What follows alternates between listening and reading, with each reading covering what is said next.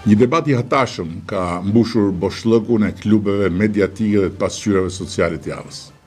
Pasi një prokuror dhe një gjykatës u bën bashk, kokë në kokë dhe pezulluan një antar të kabinetit qeveritar. Unë nuk dua të hyj në asnjë debat për një absurditet kaq të rrezikshëm sa ky dhe pres me durim që gjykata kushtetuese t'i jap drejtim çështjes së kësaj rruge të pashkelur askund në Europë, po me sa jemi informuar dhe tani askund edhe në botë. Por thash ndaj me ju sot se çfarë thon Komisioni I Venecias dhe Gjykata Europiane e Strasburgut për këtë çështje.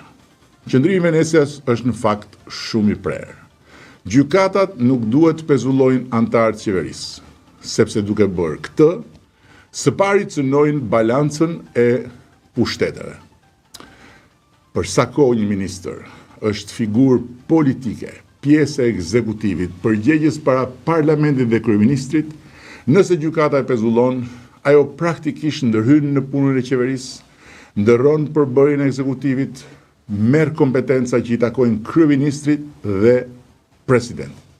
Dhe kjo konsiderohet nga Venecia shkelje e palejueshme e kufijit ndarës mes pushteteve.